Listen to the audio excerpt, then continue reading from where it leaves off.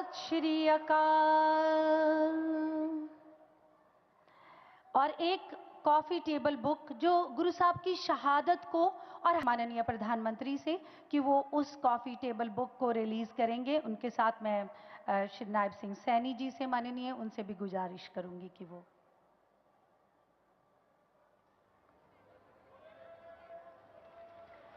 सत श्री अकाल।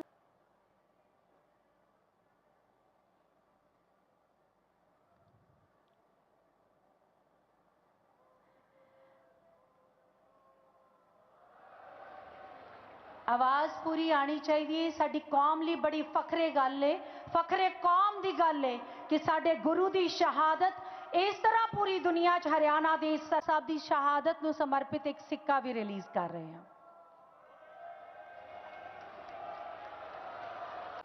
जो बोले सो निहाल। हरियाणा के गवर्नर असीम घोष जी, लोकप्रिय मुख्यमंत्री नायब सिंह सैनी जी,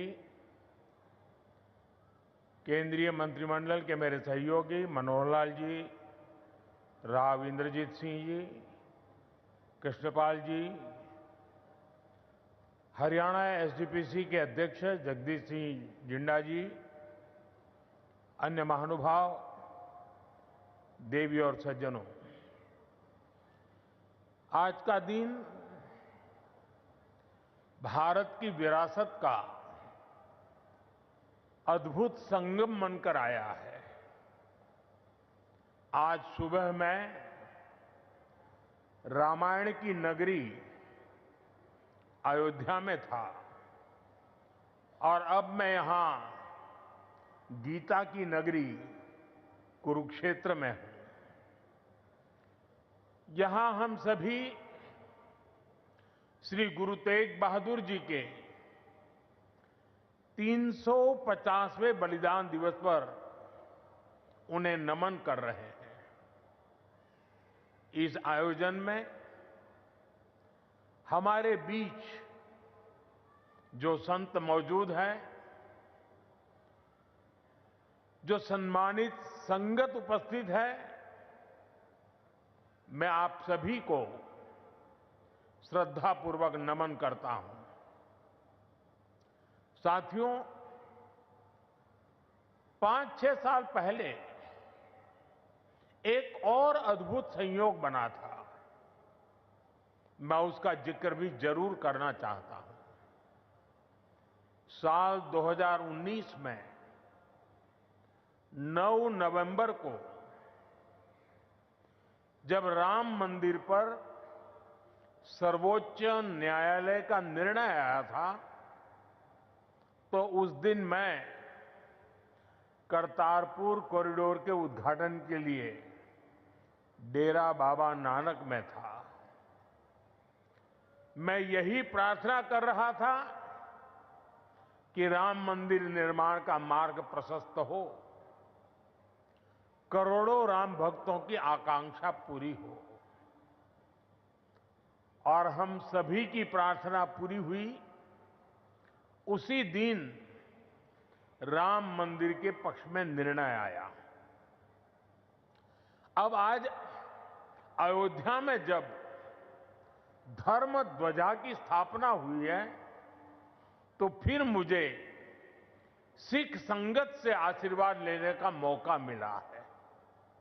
साथियों, अभी कुछ देर पहले कुरुक्षेत्र की भूमि पर पांचजन्य स्मारक का लोकार्पण भी हुआ है। कुरुक्षेत्र की इसी धरती पर खड़े होकर भगवान श्री कृष्ण ने सत्य और न्याय की रक्षा के उसे सबसे बड़ा धर्म बताया था।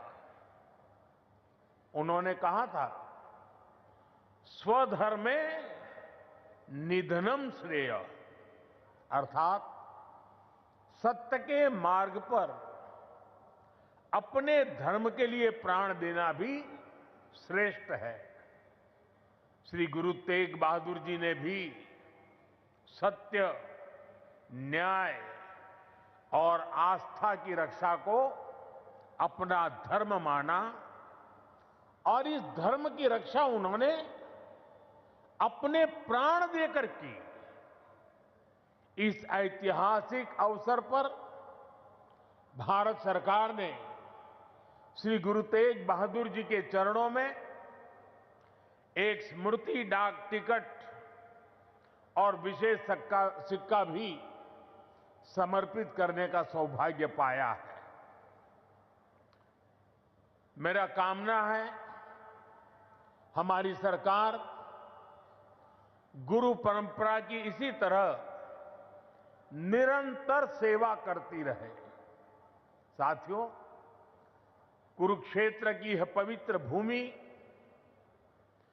सिख परंपरा का एक महत्वपूर्ण केंद्र है। इस भूमि का सौभाग्य देखिए, सिख परंपरा के लगभग सभी गुरु अपनी पावन यात्रा के दौरान यहां आए। जब 9वीं पातशाही श्री गुरु तेग बहादुर जी इस पवित्र भूमि पर पधारे तो उन्होंने यहां अपने गहन तप और निर्भीक साहस की छाप छोड़ी थी। साथियों, श्री गुरु तेग बहादुर जी जैसे व्यक्तित्व इतिहास में विरले ही होते हैं। उनका जीवन, उनका त्याग, उनका चरित्र बहुत बड़ी प्रेरणा है। मुगल आक्रांताओं के उस काल में गुरु साहब ने वीरता का आदर्श स्थापित किया। हम सब जानते हैं कि श्री गुरु तेग बहादुर जी के शहीद होने से पहले क्या हुआ था। मुगल आक्रांताओं के उस काल में कश्मीरी हिंदुओं को जबरन धर्मांतरण किया जा रहा था। इस संकट के बीच पीड़ितों के एक दल ने गुरु साहब से सहयोग मांगा। तब से गुरु साहब ने उन पीड़ितों को जवाब दिया था कि आप सब औरंगजेब को साफ साफ कह दें, यदि श्री गुरु तेग बहादुर इस्लाम स्वीकार कर लें तो हम सब इस्लाम धर्म अपना लेंगे। साथियों, इन वाक्यों में श्री गुरु तेग बहादुर जी की निडरता, उसकी पराकाष्ठा थी। इसके बाद जिसकी आशंका थी वही हुआ। उस क्रूर औरंगजेब ने गुरु साहिब को बंदी बनाने का आदेश दिया, लेकिन गुरु साहब ने खुद दिल्ली जाने की घोषणा कर दी। मुगल शासकों ने उन्हें प्रलोभन भी दिए, लेकिन श्री गुरु तेग बहादुर अड़िग रहे।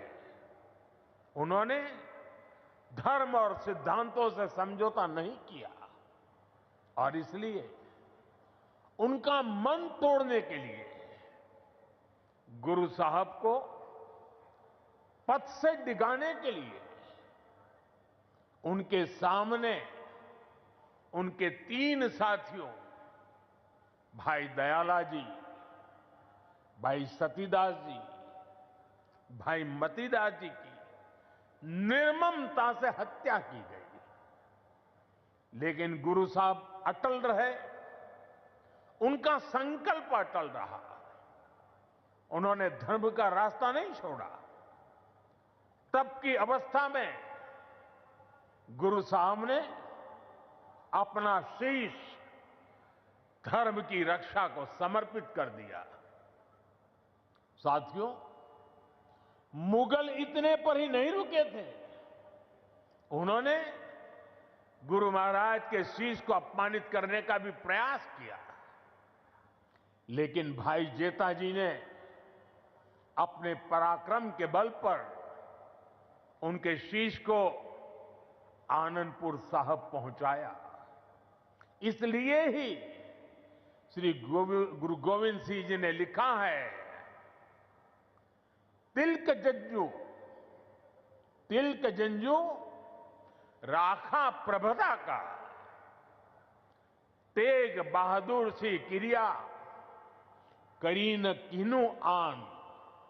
इसका अर्थ था कि धर्म का तिलक सुरक्षित रहे, लोगों की आस्था पर अत्याचार न हो, इसके लिए गुरु साहिब ने सब कुछ न्यौछावर कर दिया। साथियों, आज गुरु साहब की इसी बलिदान भूमि के रूप में आज दिल्ली का शीशगंज गुरुद्वारा हमारी प्रेरणा का एक जीवन स्थल बनकर खड़ा है। आनंदपुर साहब का तीर्थ हमारी राष्ट्रीय चेतना की शक्ति भूमि है और आज हिंदुस्तान का जो स्वरूप शेष है, उसमें गुरु साहब जैसे युग पुरुषों का त्याग और समर्पण समाहित है। और इसी त्याग के कारण श्री गुरु तेग बहादुर साहब को हिंद दी चादर कहकर पूजा जाता है। साथियों, हमारे गुरुओं की परंपरा हमारे राष्ट्र के चरित्र, हमारी संस्कृति और हमारी मूल भावना का आधार है। और मुझे संतोष है कि पिछले 11 वर्षों में हमारी सरकार ने इस पावन परंपराओं को, सिख परंपरा के हर उत्सव को राष्ट्रीय उत्सव के रूप में भी स्थापित किया है। हमारी सरकार को श्री गुरु नानक देव जी के 550वें प्रकाश पर्व पर, श्री गुरु तेग बहादुर साहब जी के 400वें प्रकाश पर्व और श्री गुरु गोविंद सिंह जी के 350वें प्रकाश पर्व को भारत की एकता और अखंडता के उत्सव के रूप में मनाने का अवसर मिला। पूरे भारत के लोग अपने मत, परंपरा और मान्यताओं से आगे बढ़कर इन योजनाओं में सम्मिलित हुए हैं। साथियों, हमारी सरकार को गुरुओं से जुड़े पवित्र स्थलों को भव्यतम और दिव्यतम रूप देने का सौभाग्य भी मिला है। बीते एक दशक में अनेक ऐसे अवसर आए हैं जब मैं व्यक्तिगत रूप से गुरु परंपरा के आयोजनों का हिस्सा बना। कुछ समय पहले जब अफगानिस्तान से गुरु ग्रंथ साहब के 3 मूल स्वरूप भारत आए थे, तो यह हर देशवासी के लिए गौरव का क्षण बना था। साथियों, हमारी सरकार ने गुरुओं के हर तीर्थ को आधुनिक भारत के स्वरूप से जोड़ने का प्रयास किया है।